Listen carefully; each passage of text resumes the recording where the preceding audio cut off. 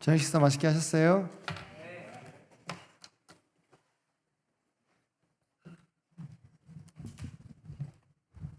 저는 오늘 저녁에 뭘 먹고 갈게요? 한번 맞춰보십시오.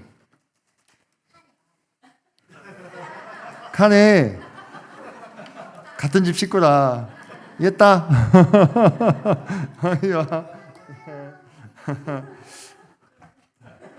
네.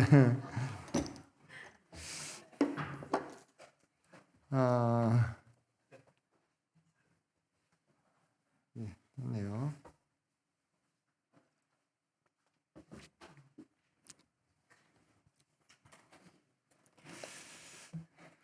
저희 집에서 제일 복스럽게 먹는 애입니다. 먹방 유튜브를 시켰어야 됐나 이런 생각이 살짝 드는데 오늘은 하나님의 방법이라는 그 주제를 가지고 함께 교제를 나누려고 하는데요. 성도님들, 본격적으로 들어가기 앞서서 하나님의 방법 하면 무슨 생각이 떠오르시는지 한번 생각해 보십시오. 1분 정도 시간을 드리겠습니다. 오늘 무슨 이야기를 저 형제가 할까 한번 이렇게 생각해 보십시오. 예. 몰라요 하지 마시고요.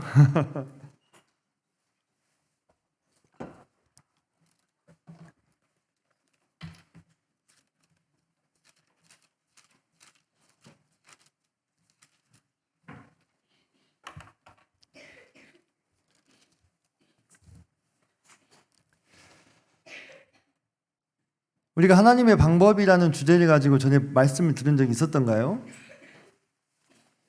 뭐 꼭 우리 교회에서가 아니라 할지라도 뭐 유튜브를 통해서든 GNTV를 통해서든 성도님들께서 들어보신 적이 있으시지 않을까라는 생각은 좀 들어요. 예. 그만큼 뻔한 제목이죠. 그죠? 자, 하나님의 방법은 뭐가 있습니까? 예, 다행입니다. 예, 잘 모르시는 것 같아서 마음이 한결 가벼워졌습니다. 예, 하나님의 방법, 뭐 고난 아니야? 뭐 이런 생각도 떠오르실 수도 있겠고, 뭐 섭리 아닐까? 이런 생각도 떠오르실 수도 있고, 또 뭐 하나님의 방법, 사람이 알 수 없다. 뭐 이런 생각, 여러 가지 생각들이 지금 교차하실 텐데. 제가 지난 일요일 날 하나님의 선택이라는 주제를 가지고 말씀을 한번 나눴습니다. 뭐 맥락상 조금 연결되는 부분들도 있을 것 같다는 생각도 드는데요. 하나님의 선택을 우리 사람으로서는 사실 종잡을 수 없는 부분이잖아요. 선택된 나를 봤을 때 그런 것 같습니다. 그런데 하나님의 방법 또한 비슷한 맥락에서 우리가 접근할 수 있다고 하는 것입니다. 근데 왜 종잡을 수 없는지 아십니까? 우리가 기존에 익숙했던 문법, 방식, 규칙, 어떤 과정과 전혀 맞지 않는 부분들이 있기 때문에 종잡을 수 없다, 예측할 수 없다 이렇게 얘기하는 거예요. 마치 어른들의 방식을 어린아이가 전혀 예측할 수 없는 것과 같습니다. 왜 그렇죠? 지식과 경험이 부족하기 때문에 그런 거예요. 그죠? 우리는 하나님의 뜻이 이루어지는 그 방식에 대해서 때로 왼쪽과 같이 생각하는 경우가 있습니다. 대부분 하나님의 뜻은요, 어떻습니까? 대단히 숭고합니다. 대단히 높고 대단히 아름답습니다. 그 뜻대로 이루어지게 된다면 어떤 세상이 펼쳐집니까? 유토피아가 펼쳐집니다. 하나님의 뜻이 뭡니까? 모든 사람이 복음을 듣고 구원을 받아 진리에 이르기를 원하신다 하셨어요. 이 세상에 그리스도의 나라가 임하는 것이 하나님의 뜻입니다. 그래서 모든 세상이 하나님의 정의로우심과 공의의 이런 통치를 받는 것, 이런 게 하나님의 뜻이잖아요. 너무나 아름답죠. 그 세상이 오기를 바라시잖아요. 근데 그 뜻이 이루어지는 방법은 방법은 종종, 때로는 더 자주 우리의 예상을 많이 빗나가게 되는 거예요. 종잡을 수 없는 거예요. 단적인 예를 하나 들어드릴까요? 여러분이 오늘도 요즘에도 계속 보고 계시는 그런 상황이에요. 여러분, 미국과 이스라엘과 이란이 다투고 있습니다. 폭탄이 날아가고 미사일이 날아가고 군인이 아닌 민간인들도 희생을 당하고 있는 현실을 아마 성도님들 보실 것입니다. 근데 그런 되어지는 상황들이 말세의 예언과 맥을 같이 한다고 하는 거, 뭐 우리가 꼭 그 종말론의 대가가 아니라 할지라도 어느 정도는 다들 그렇게 예상하고 계시잖아요. 그죠? 예. 에스겔서에서 예언하고 있는 38장, 39장의 곡과 마곡의 전쟁의 주요 참전국 중에 하나가 이란입니다. 네, 이란이에요. 그런데 여러분들, 그러면 그 종말의 예언이 다 성취되어야 우리 그리스도의 나라가 오는 거예요. 그렇죠? 근데 그 나라가 이 땅에 열리기까지 지금 그 과정이 대단히 아름답나요? 그렇지 않습니다. 대단히 어떤 면에서는 안타깝고 끔찍하고 두려운 것이죠.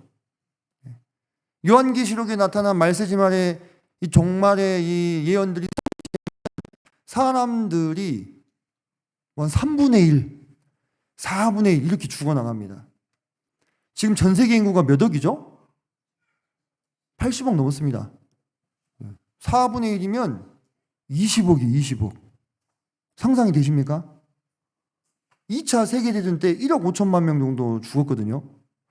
1억 5천 아닙니다. 5천만 명 정도 될 겁니다. 제가 잘못 알았습니다. 그런데도 세상이 어떻게 됐어요? 속대밭이 됐잖아요. 우리가 생각하는 하나님의 뜻이 실제 현실에서 이루어지는 방법은 그 뜻이 숭고하고 아름다운 만큼 아름답지는 않다는 거예요. 근데 이게 우리가 미국 이란 전쟁이라든지 일곱인, 일곱나팔, 일곱대접까지 갈 것도 없이 우리 개개인의 삶의 영역에서 또 우리 지역교회 내에서 이루어질 때도 비슷한 양상을 보이는 경우가 있어서 우리 성도들로 하여금 매우 당혹스럽게 만드는 경향이 없지 않아 있다는 것입니다. 성경에 어떤 사례가 나오냐면 우리가 사도 바울의 로마 행을 살펴보게 되면요. 사도행전 27장으로 28장에 나오죠. 네. 그가 이제 죄수의 신분으로 로마로 이동을 이제 하게 됩니다. 네. 근데 그가 로마로 가는 것은 자기가 가고 싶어서 가는 게 사실 아니었어요. 사도행전 23장을 한번 가보겠습니다.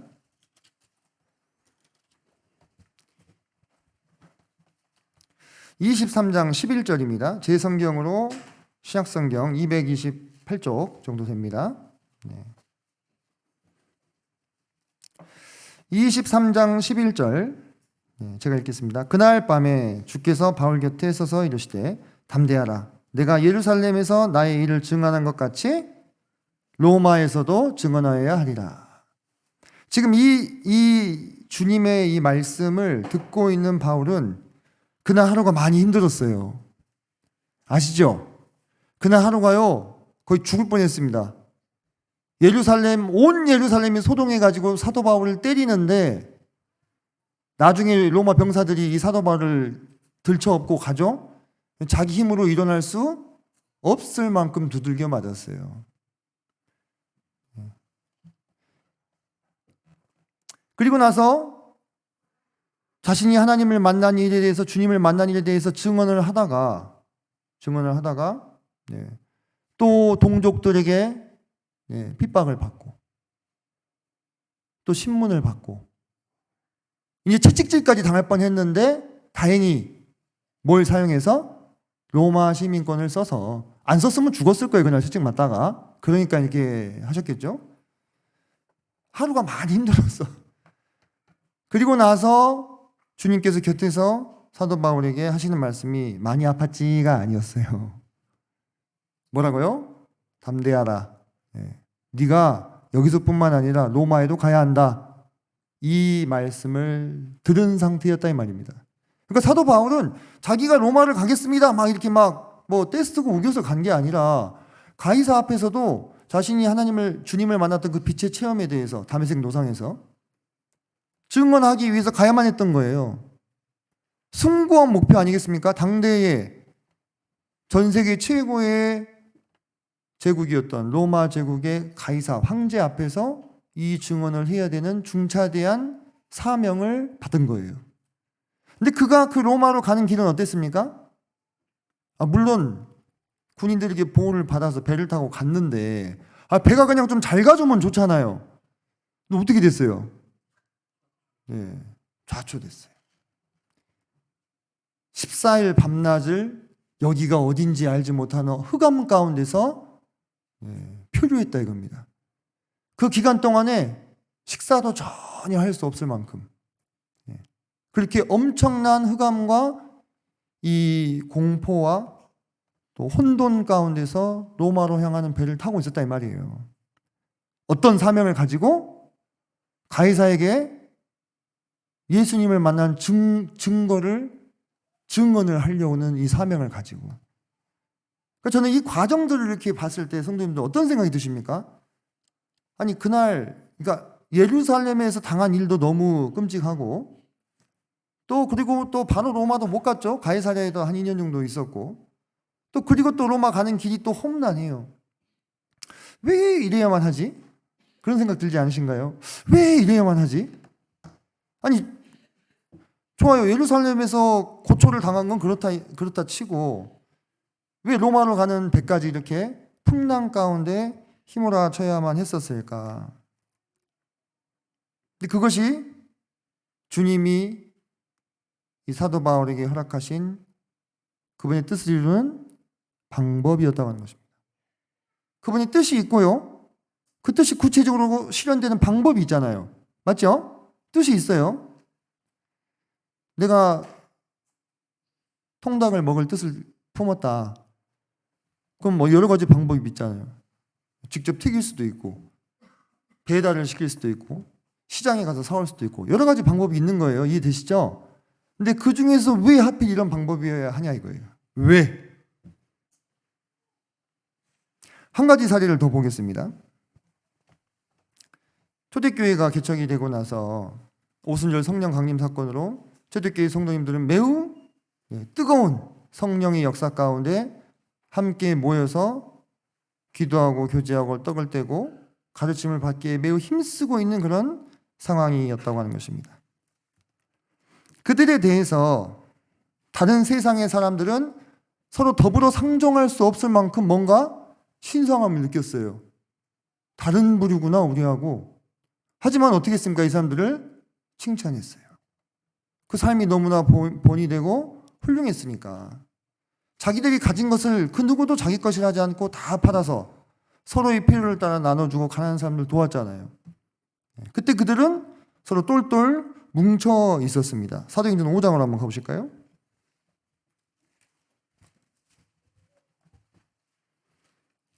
5장 12절로 13절을 보시면 제 성경으로 신약성경 194페이지입니다. 12절입니다. 사도들의 손을 통하여 민간의 표적과 기사가 많이 일어나매 믿는 사람이 다 마음을 같이하여 솔로몬 행각에 모이고 그 나머지는 감히 그들과 상종하는 사람이 없으나 백성이 칭송하더라. 자 보십시오. 여기서 어떻게 하고 있다고 했습니까? 솔로몬 행각에 다 모여 있었어요. 매일 모여서 마음을 같이 해서 기도하고 교제하고 복음을 전하고 이 상태에서 그냥 계속 머물면서 서로 우리가 우리 너무 좋아, 너무 서로 사랑해, 너무 하나 돼 이렇게 뽀듬고 하나의 공동체로 무리로 계속 남아있는 것이 좋지 않았을까요? 근데 이들이 어떤 일을 당합니까? 이들이 후에 박해를 받아가지고 흩어지게 됩니다. 몇 장 뒤로 넘기시면은 8장에 아까 그 고난받던 사울이 나오네요. 8장에서는 아직 회심을 하지 않았죠. 8장 1절 사울은 그가 죽임당함을 마땅히 여기더라. 그날에 예루살렘에 있는 교회에 큰 박해가 있어 사도 외에는 다 유대와 사마리아 모든 땅으로 흩어지니라. 4절 보겠습니다. 그 흩어진 사람들이 두루 다니며 복음의 말씀을 전할세 빌립이 사마리아 성에 내려가 그리스도를 백성에게 전파하니. 8절 그 성에 큰 기쁨이 있더라. 성도님들, 이 예루살렘 교회가 서로 뭉치고 모여서 뜨거운 마음으로 하나님을 찬양하고 기도하며 하나 되어 있었습니다. 얼마나 아름다운 모습입니까? 근데 그들에게 주어진 지상 명령이 있었습니다. 주님께서 승천하시기 전에 이들에게 뭐라 하셨죠? 네, 주님의 이름을 온 유대와 사마리아와 땅끝까지 전하여 내 증인이 되라고 하셨어요. 근데 그들은 어디 모여 있었습니까? 예루살렘에 모여 있었습니다. 아직 주님의 명령대로 사마리아와 땅끝을 향하여 가지 않고 있는 상황이었습니다. 이 상황에서 이들은 주님의 말씀을 이미 받았어요. 주님께서 친히 말씀하셨으니까. 그럼 어떻게 해야 돼 이제? 가야 되는데 가지 않고 어떻게 하고 있었어요? 뭉쳐 있었어요. 왜? 뭉쳐 있는 게 너무 좋으니까. 너무 서로 사랑하고 하나 되어 있었으니까. 서로 마음이 너무 합하여져 있었으니까. 성령의 뜨겁게 하심으로 하나 되어 있었다니까요. 이거 하나님은 어떻게 하셨어요? 탕 쳐가지고 다 흩으셨어요. 근데 그 흩으시는 방법이 뭐였습니까? 박해였어요. 납득이 되십니까? 굳이 그래야만 했나? 이런 생각 안 드십니까? 굳이? 아니 그때 당시에 환상도 있고 꿈도 있고 계시도 있던 시대인데 예루살렘의 주요 이 지도자들한테 자 이제는 그만하고 얼른 좀 흩어져라야 사마리아에도 가고 저기 헬라에도 가고 다 흩어져서 이제 복음 전해라 라고 해서 흩어지면 좋지 않았을까요? 어떻게 생각하십니까? 그럴 수 있잖아요. 근데 하나님이 허락하신 방법은 뭐였어요? 박해였어요. 그것도 그들이 정말로 사랑하는 누구?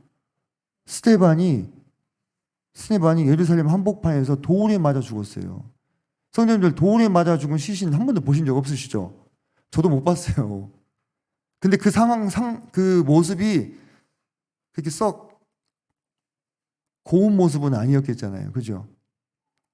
그 모습을 다 보고 그 중에 경건한 자들이 스데반을 수습해서 울며 장사하고 그 고통을 겪으면서 뿔뿔이 흩어진 거예요. 굳이 그래야만 했나 싶잖아요. 그죠? 왜 하나님의 방법은 이러하냐? 그런데 그 박해를 통하여 비로소 예루살렘에 모여있던 성도들이 흩어지면서 사마리아와 이방 땅으로 복음을 전하게 되었다고 하는 것. 그런 지점이 우리가 좀 생각을 하게 만드는 지점이라는 것입니다. 좀 더 좋은 다른 방법은 없었을까요? 뭔가 이 아름답고 숭고한 목적에 부합하는 아름답고 숭고한 방식 좋잖아요. 그런데 이와 같은 의무는 하나님의 생각이 사람의 생각보다 높다라고 하는 우리 중 그 누구도 거부할 수 없는 대명제, 대전제 앞에서 사실 힘을 잃죠. 하나님의 생각, 하나님의 어리석음이 사람의 지혜로운 것보다 낫다고 했어요. 하나님의 약함이 사람의 강함보다 낫다고 했어요. 그죠? 네. 그리고 결정적으로 무엇 앞에서 무너지고 마느냐? 더 좋은 방법은 없었으니까 하나님? 사도 바울 고생 조금 덜 시키고 로마로 보낼 수는 없었나요? 굳이 박해를 해서 그 예루살렘 백성들을 흩으셔야만 했나요? 이런 어떤 항변하고자 하는 이 일만의 마음이요, 이 십자가 앞에서 여지없이 무너져 버리고 마는 거예요. 성도님들, 한번 생각해 봅시다. 우리 이것이 제가 여러분께 제시하고 싶은 세 번째 케이스입니다. 왜 주님께서는 하필 그 많은 방식을 두고 십자가를 통해서 돌아가셨어야 했을까요? 전 구약의 제사를 자세히 관찰하고 연구했습니다. 전 심지어 양을 어떻게 죽이는지 알고 싶어가지고 양 죽이는 장면을 찾아서 봤어요. 실제 모자이크 처리되지 않는 방식으로. 제가 직접 가서 볼 수는 없는 입장이었기 때문에. 양이요 정말 곱게 죽어요. 한 20마리를 연속으로 도살하는 걸 봤는데 아주 심플합니다. 도살자가 칼을 가지고 양의 목을 그어요. 그리고 눕힙니다. 그러면 피가 그냥 이렇게 흐르면서 걔는 그냥 꿈틀거리지 않고 죽습니다. 한 20마리를 그렇게 목을 따가지고 눕혀놓더라고. 그러니까 피가 강물이 돼가지고 흘러요. 많이 나오니까. 근데 그렇게 그냥 얌전하게 죽어요. 그 과정 자체는요, 물론 양은 좀 불쌍합니다만, 그 과정 자체는 끔찍하거나 잔인하다라기보다는 그냥 아주 그냥 이렇게 순탄하게 뭔가, 예, 진행되는 하나의 작업이에요. 그냥. 근데 여러분들 십자가는 어떻습니까? 십자가가 그렇게 순탄하게 뭔가 이렇게 그냥 고통 없이 대상의 목숨을 끊는 그런 과정인가요? 우리 주님이 세상 죄를 지고 가는 하나님의 어린 양으로서 도살당해야 했다면요, 훨씬 깔끔한 방법도 많이 있었어요. 굳이 십자가여야 했나? 라는 거예요. 너무 잔인하잖아요. 너무 끔찍하잖아요. 우리 복음 전하시는 분들 십자가에 대해서 묘사하는 거 한번 들어보십시오. 그때 당시에 의학적인 자료들을 가지고 와서 십자가형을 당한 죄수가 어떤 고통을 당했는지 추정하는 것도 한번 들어보십시오. 사람으로서 감당할 수 있는 고통인가요? 아니에요. 아니, 단순히 우리의 죄를 씻기 위하여 피를 흘려 돌아가셔야 한다면 그 방식만 있는 건 아니라고요. 맞죠? 근데 왜 하나님께서는 우리 주님에게 이와 같은 방법을 허락하셨느냐 하는 거예요. 우리가 보기에는 너무나 잔인하고 수치스럽고 고통스러운 그 방법이, 그런데 하나님께서 선택하신 최선의 방법이었다는 거예요. 우리 주님이 뭐라고 기도하십니까? 나의 원대로 마시옵고 아버지의 원대로 되기를 원하나이다 했을 때는요, 주님은요 죽기 싫어서 그런 얘기 하신 거 아니에요. 주님이 뭐라 말씀하셨습니까? 자기 스스로 친히 내가 스스로 목숨을 버린다고 했어요. 주님이요 어느 지점까지 하나님께 순종하셨냐면, 내가 목숨을 버리기는 버리는데 어떤 방식으로 버릴 것이냐 하는 부분에 대해서까지, 그 방법적인 부분에 대해서까지 누구의 뜻을? 아버지의 뜻대로 되기를 원하나이다 이렇게 한 거예요.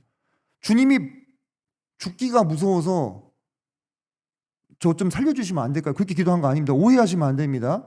주님 스스로 자기가 죽겠다고 하셨어요. 근데 죽는 방식이 십자가만 있냐 이거예요. 차음수형을 당하든지, 좀 표현이 좀 그렇습니다만 팍 치면은 몇 분이면 끝나잖아요. 몇 분이면. 그죠?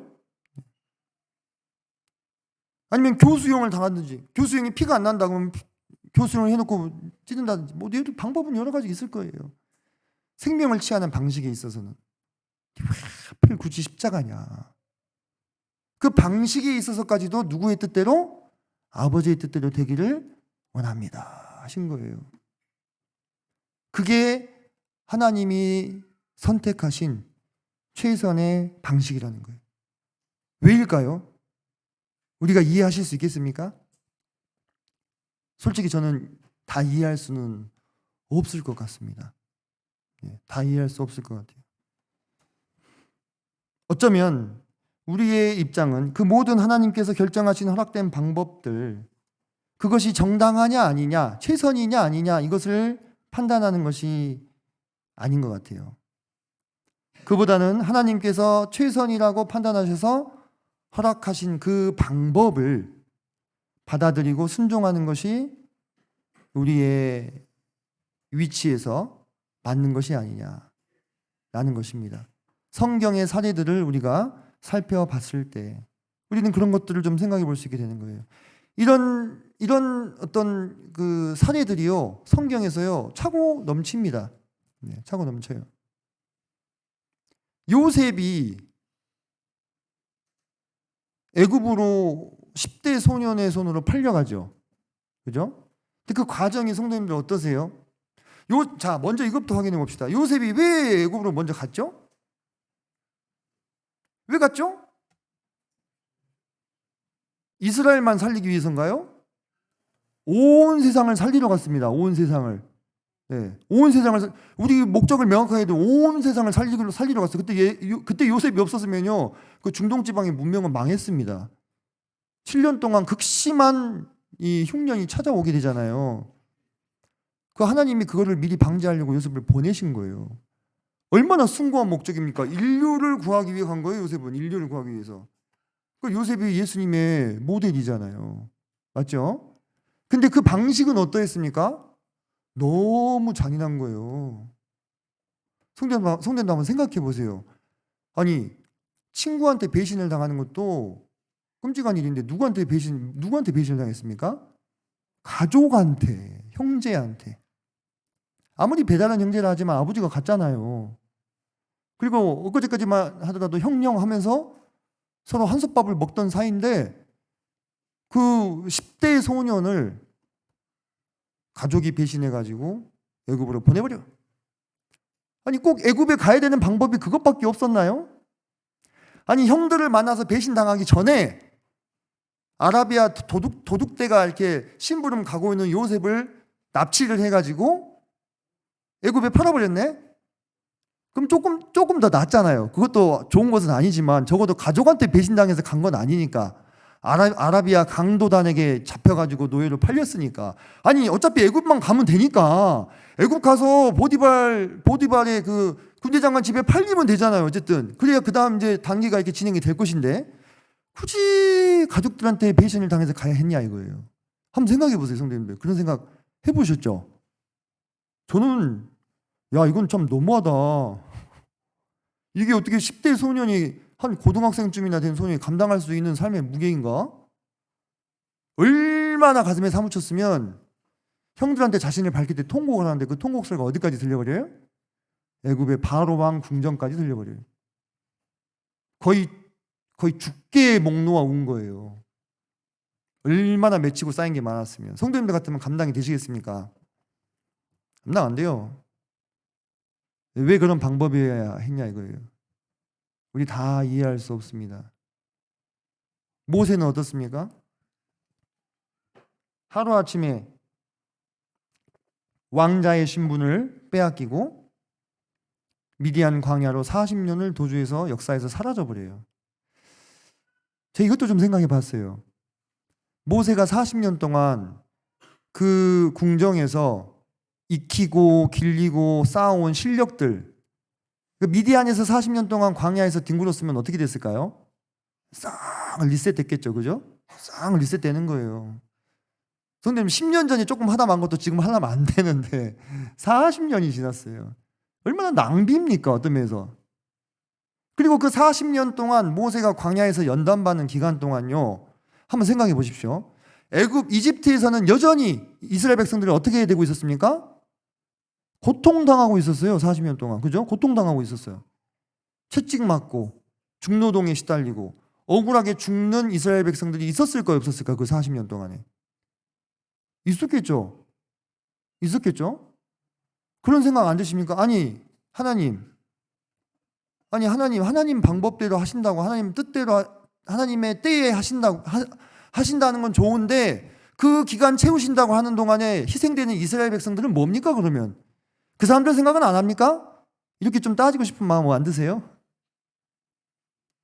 그리고 그렇게 모세 물에서 건져가지고 40년 동안 애굽의 모든 것들을 다 파악하게 하시더니 지피지기면 백전불패라 했잖아요. 싸워야 될 적이 애굽이면 애굽에 대해서 다 잘 알고 있어 모세가. 그보다 더 좋은 장군이 어디 있어요, 그죠? 바로 그냥 이스라엘 사람들 봉기해가지고 다 들고 일어나가지고 한판 붙었으면 그때 40년 전에 끝났을 일을 40년을 끄십니까? 이렇게 좀 생각 안 해보셨습니까? 제가 너무 불경하네요, 그죠? 웬 낭비냐 이게. 그리고 웬 무고한 희생이냐. 그 40년 동안 왜 이스라엘은 더 고통당해야 되느냐. 근데 그때는 하나님이 정하신 때도 아니었고 제가 생각한 방법은 하나님의 방법도 아니었다는 거예요. 나는 그게 더 지혜로울 것 같은데 그게 아니라는 것입니다.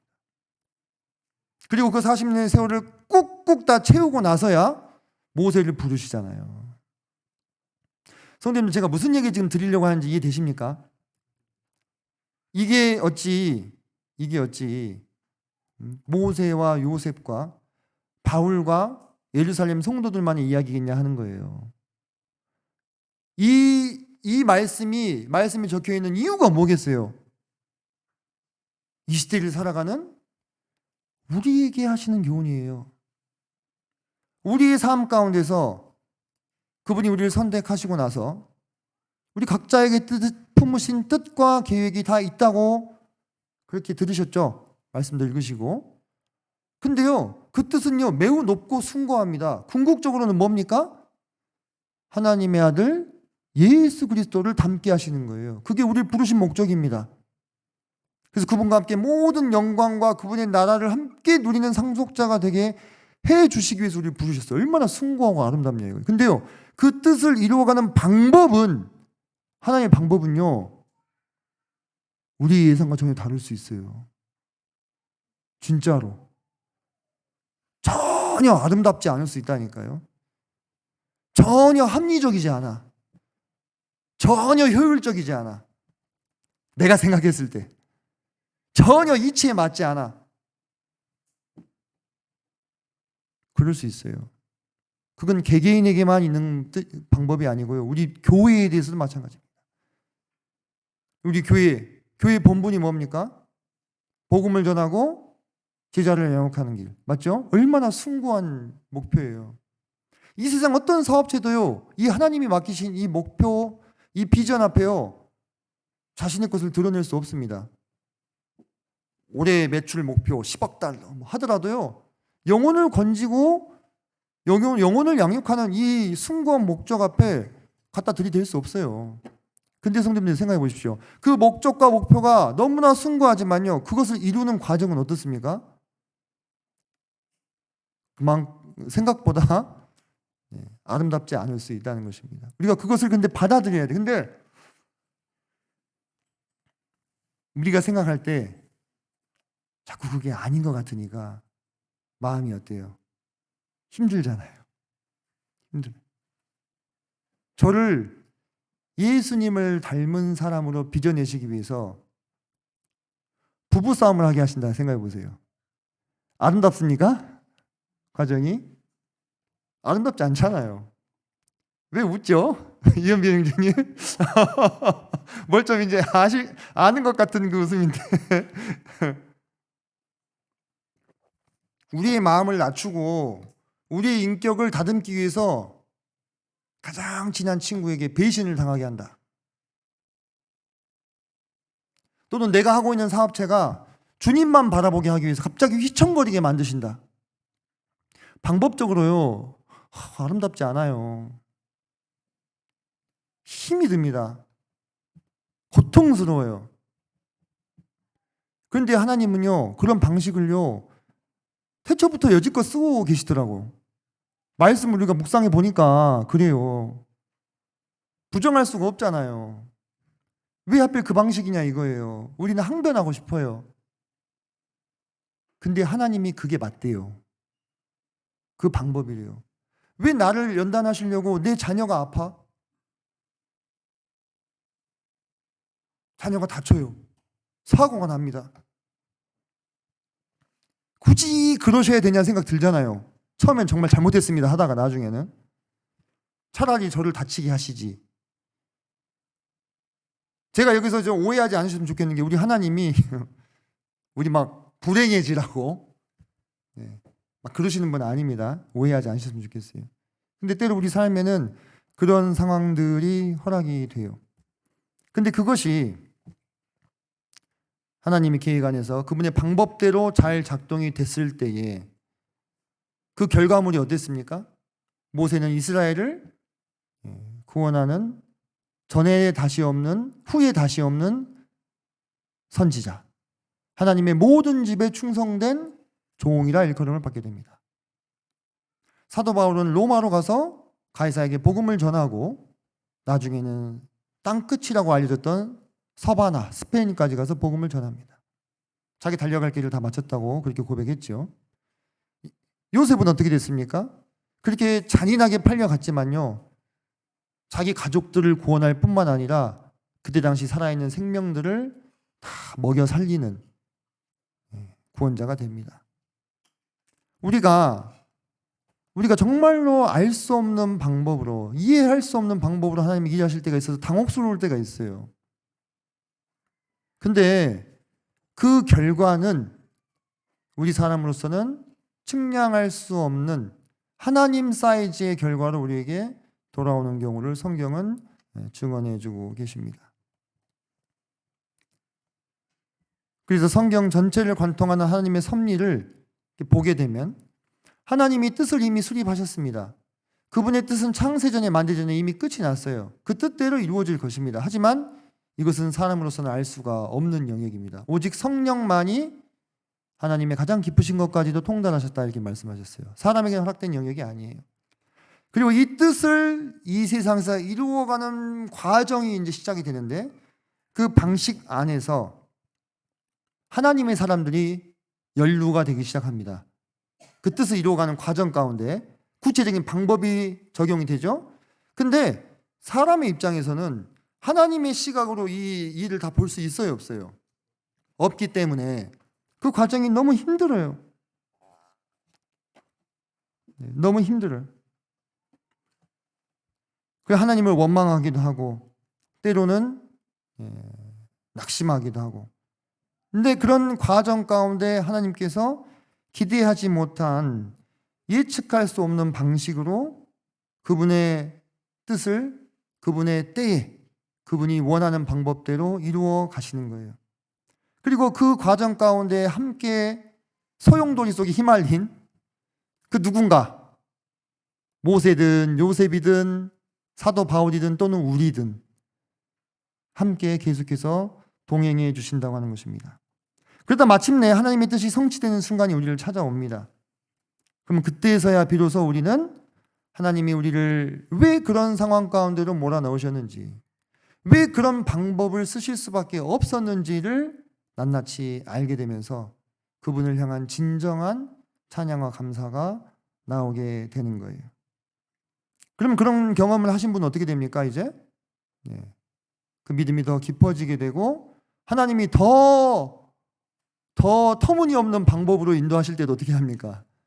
따라가는 거예요. 우리 들으셨잖아요. 아브라함에 대해서. 그죠? 들으셨잖아요. 그래서요, 저는 좀 조심스럽습니다만은 때로 그 암에 걸려가지고 복음을 듣게 되시는 분들 있잖아요. 그 암이라는 방식이 우리가 생각했을 때는 어떻습니까? 너무 끔찍하잖아요. 개인에게 고통이고. 그런데 어떤 구도자, 그 구도자의 영혼을 살리기 위해서는 그 방법밖에는 안 되는 경우가 있으셨나 봐요. 하나님 보시기에. 그래서 그런 경우를 허락하시는 것도 종종 볼 때가 있습니다. 그러니까 하나님의 방법은 우리 사람의 시각으로는 어떻게 재단할 수 없는 그러한 영역에 머물러 있는 것 같습니다. 그래서 결국 우리가 우리 주변에서 일어나는 일들, 이해할 수 없는 방법과 이해할 수 없는 어떤 과정들에 대해서 그것을 섣부르게 왜 나에게 이러한 고통과 재난이 찾아왔느냐 하고 속단하는 것은 좀 이르다. 그것이 하나님의 뜻을 이루기 위한 어떤 방법으로 내 삶 안에서 작용하고 있을지 우리는 사실 다 알 수 없는 거예요. 하나님께서는 많은 뜻들을 품으셨습니다. 그리고 그 뜻들을요 다 조합하셔서 결국에는 그분의 나라를 이루게 되실 것입니다. 그분의 뜻을 이루어가기 위한 과정 가운데 우리도 선택해 주셨습니다. 그렇다면 우리를 선택하신 뒤에 우리 각자의 인생에 품은 목적대로 우리의 삶을 다루어 가십니다. 아주 다양한 방법으로. 누군가는 이런 일을 위해서, 누군가는 저런 일을 위해서 부르셨어요. 그럼 성도님들 여기 보세요.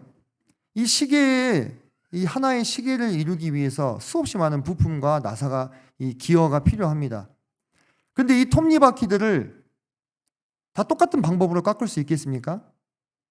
생긴 게 다르고 쓰임새가 다르고 모양이 다른데 여러 가지 방법을 동원해서 이 톱니바퀴들을 깎아서 제자리에 맞춰 넣음으로써 시계가 완성이 되는 거예요. 제가 그냥 비유적으로 표현하는 것입니다. 우리 각자의 삶이 이 하나하나의 톱니바퀴와 같다면 하나님께서는 그 바퀴들을 합당한 모습으로 깎아내기 위해서 저마다의 방법을 사용하시는 거예요. 그 방법이 누군가에게는 이런 방법일 수 있고 누군가에게는 저런 방법일 수 있어요. 그래서 그 과정을 통과하고 있는 지금의 나의 삶을 함부로 우리가 또는 다른 사람의 삶을 함부로 재단해서는 안 될 것입니다. 왜? 그것이 하나님의 뜻을 이루어가는 하나님의 방식일 수 있기 때문입니다.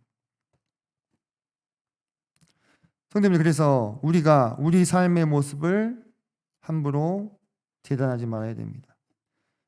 저는 오늘 성도님들이 어떤 삶을 사셨는지 다 알 수 없습니다. 이 중에서 아까 그 사도 바울처럼요, 정말 힘든 하루를 보내신 분도 계실 수 있어요. 그리고 오늘뿐만이 아니라 계속 그래왔다, 지금까지. 그러실 수도 있습니다. 그래서 내가 정말로 일요일날 말씀 들어보니까 하나님께 선택을 받은 사람이고, 하나님이 나를 그럴 만해서 선택해 주셨다는데 내 삶은 왜 이런가, 그런 생각을 혹시 하실지도 모르겠습니다만, 우리 각자의 삶에 하나님이 품으신 목적대로 그 목적을 이루기 위해 사용되는 다양한 방법들이 있다고 하는 거예요. 그래서 지금 나의 삶의 모습이, 하나님이 나를 다루시는 방법이 내가 생각하는 것 같이 그렇게 아름다운 그림이 아니라고 해서 낙심한다거나 내 삶을 부정할 필요가 저는 없다고 생각이 듭니다. 모든 사람이 다 천편일률적으로 똑같이 쓰임받는 것도 아니고 똑같은 방법으로 연단받는 것도 아닙니다. 중요한 것은 그 연단의 방법이 내 생각과 예상과 같이 아름답고 숭고한 어떤 것이 아니라 할지라도 내가 하나님께 선택됐다는 사실이 명확하다면 지금 나의 오늘의 이 삶의 한 장면도 그 뜻을 이루기 위한 과정으로서 채워지고 있다는 확신이 필요한 거예요. 채워지고 있다. 내가 오늘 선교지에 가가지고 아프리카 오지에 가서 전도지를 돌리고 총을 피하는 삶을 안 살고 있다 할지라도, 내가 저기 필리핀에 어디 가가지고 복음 전하기 위해서 배를 타고 바다를 누비는 삶을 살고 있지 않다 할지라도 우리는 그런 모습을 되게 아름답게 생각하죠. 아름다운 모습이잖아요. 그죠? 아름다운 모습입니다. 그런데 그 모습만, 그 방식만 있는 건 아니에요. 우리 성도님들께서 이 몸담고 계시는 어떤 직장에서 또는 학교에서 당하는 숱한 많은 어려움과 또 고생스러운 과정들이 우리 안에 그리스도의 이 성품을 빚어내기 위한 하나님의 방법일 수 있다는 것을 확신하시기 바랍니다. 어떤 삶은 더 가치 있고 어떤 삶은 덜 가치 있는 게 아니에요. 세속의 일이 따로 있고 영적인 일이 따로 있는 게 아닙니다. 다만 내가 나를 불러주신 하나님의 그 부르심을 알고 그 가치를 알고 하나님께서 나를 있게 하신 그 공간에 어떤 마음가짐으로 있느냐에 따라서 그곳은 선교지가 될 수도 있고요, 나이트클럽이 될 수도 있는 거예요. 그 차이입니다. 제가 필리핀에 선교지에 가서요, 간판만 붙어있는 교회를 봤습니다. 저 뭐예요? 물어봤어요. 한국어로 간판이 붙어있더라고요.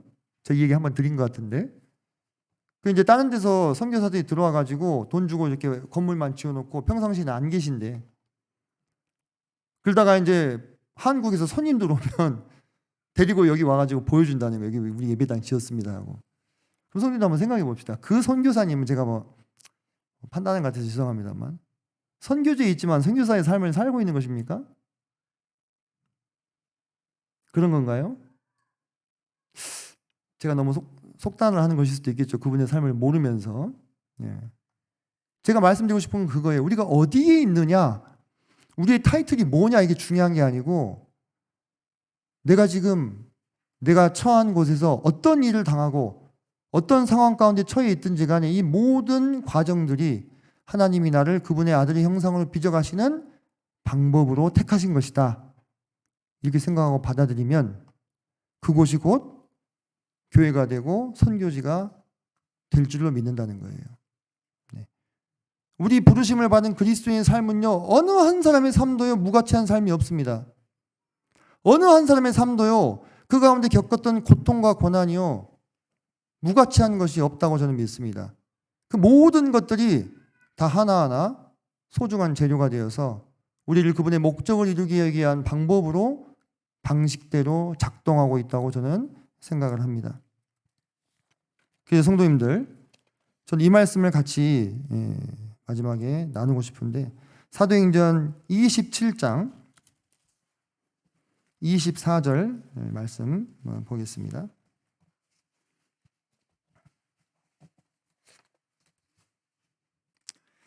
27장 24절 같이 읽겠습니다. 시작. 바울아 두려워하지 말라. 내가 가이사 앞에 서야 하겠고 또 하나님께서 너와 함께 항해하는 자를 다 내게 주셨다 하였으니. 네, 성도님들, 자, 이 말을 지금 하고 있는 사도 바울은요, 현재 거의 한 2주째 풍랑 가운데서 앞으로 이제 휘몰아치는 그 폭풍 가운데서 지금 그 한복판에 있는 사람입니다. 근데 그가 뭐라 하느냐? 바울아 두려워하지 말라. 내가 가이사 앞에 서야 하겠고 또 하나님께서 너와 함께 항해하는 자를 다 내게 주셨다. 아까 앞서 사도 바울이 23장이었죠? 똑같은 말씀을 주님한테 들었었죠. 그죠? 담대하라 하면서 그 힘든 하루를 보내고 나서 그때 하신 말씀을 똑같이 해 주시는 거예요. 25절 보니까 그러므로 여러분이여 안심하라. 나는 내게 말씀하신 그대로 되리라고 하나님을 믿노라. 아직 폭풍 안 끝났어요. 말씀 읽어보시면 아시겠지만 아직 폭풍 안 끝났습니다. 그 한복판에서 이 얘기를 지금 하고 있는 거예요. 어떻게 그 사람은 이런 얘기를 할 수 있었을까요? 사도 바울이 미래를 보는 그런 예언가에서 그랬을까요? 그가 하나님의 말씀을 의지하고 믿었다고 하는 것입니다. 여기 그렇게 말하잖아요, 사도 바울이. 그러므로 여러분 안심하라. 나는 내게 말씀하신 그대로 되리라고 하나님을 믿는다고. 나는 내가 로마에 갈 거라고. 왜? 하나님이 이렇게 말씀하셨으니까. 나는 내가 그리스도를 닮는 형상에 이르기까지 이 항해를 무사히 잘 마칠 수 있을 거라고. 왜? 하나님이 나를 택하시고 그렇게 말씀하셨으니까. 성도님들, 동일한 믿음이 우리에게 필요합니다. 제 마음에요, 그런 두려움이 있어요. 내가 정말로 이 길을 끝까지 갈 수 있을까? 그런 두려움 없으신가요? 내가 정말로 나에게 맡겨진 사람들을 끝까지 지킬 수 있을까? 내가 정말로 주님 나에게 맡기신 이 사명을 완수할 수 있을까? 그게 크든 적든 상관없이 그거는 차치하고 제 자신을 바라볼 때는요, 자신이 별로 없어요. 때로 자신이 없어질 때가 있습니다. 그런데 자꾸 나를 보는 게 아니라 누구를 보는 겁니까? 나를 택하신 그분을 보게 될 때, 그분이 나에게 허락하신 방법이 어떤 방법이든 상관없이 그 뜻 그대로 이루어질 줄을 믿을 수 있다는 거예요.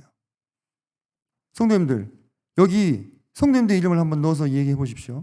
바울아 두려워하지 말라 하셨잖아요. 그죠? 성도님들 이름을 넣어서 누구누구야 두려워하지 말라. 지금 한번 읽어볼까요? 시작. 선진아 두려워하지 말라. 네.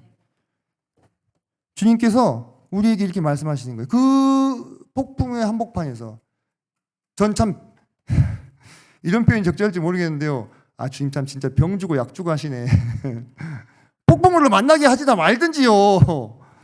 이런 생각도 든다니까요. 안 그렇습니까, 성도님들? 로마에 가는 길이 그것뿐이에요?